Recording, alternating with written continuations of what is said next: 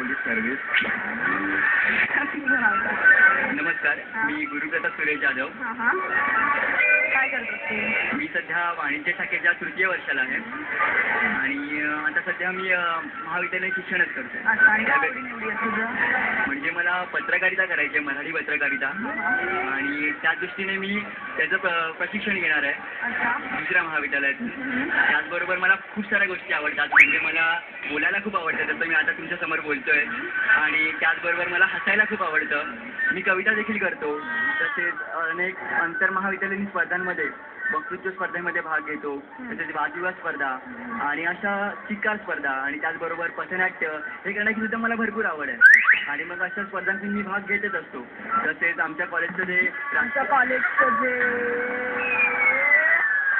तुझं नाव सांग. नमस्कार, माझं नाव प्रवीण सुरेश दाभोळकर. काय करतोस तू? मी आता शेवटच्या वर्षात आहे या महाविद्यालयात. अच्छा, आणि कुठल्या शाखेत आहेस? मी आता वाणिज्य शाखेमध्ये शिकतोय. अच्छा, मग अभ्यास आवडतो? अभ्यास नाही आवडत. काय आवडतं मग? मला पण पत्रकारिता करायची आणि मला पत्रकारितेची खूप आवड आहे. अच्छा. आणि दुसऱ्या आवडी-निवडी काय आहेत? दुसऱ्या आवडी-निवडी म्हणजे मला वाचायला आवडतं. काय वाचायला आवडतं? वाचन खूप आवडतं. मग ते काही असू दे, मला एकांकिका बघायला आवडतात. कुठून मला घेतोस पुस्तकं? पुस्तकं वाचनालय आहे लालबागचा राजा पुरस्कृत, त्यांच्याकडून आम्ही पुस्तकं घेतो. आणि हा माझा मित्र आहे, आम्ही दोघं एकत्र पथनाट्य करतो. आम्हाला जिथे कुठे एकांकिका बघायला असेल, जिथे असेल तिथे आम्ही बघतो. आमच्या महाविद्यालयाची एकांकिका असेल कुठे पण, तिथे आम्ही बघायला जातो. आणि तू वाणिज्य शाखेत ना? मी आता वाणिज्य शाखेत.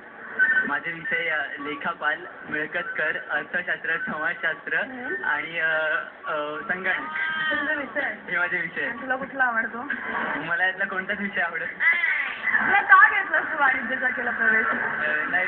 मला आता वाणिज्य शाखा संपल्यावरती मी पत्रकारिता शिकणार आहे आणि त्यासाठी माझे प्रयत्न झाले.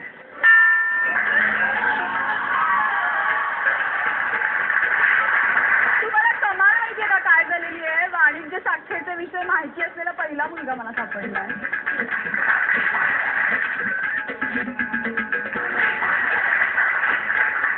आणि आता जाता जाता मराठी भाषेबद्दल.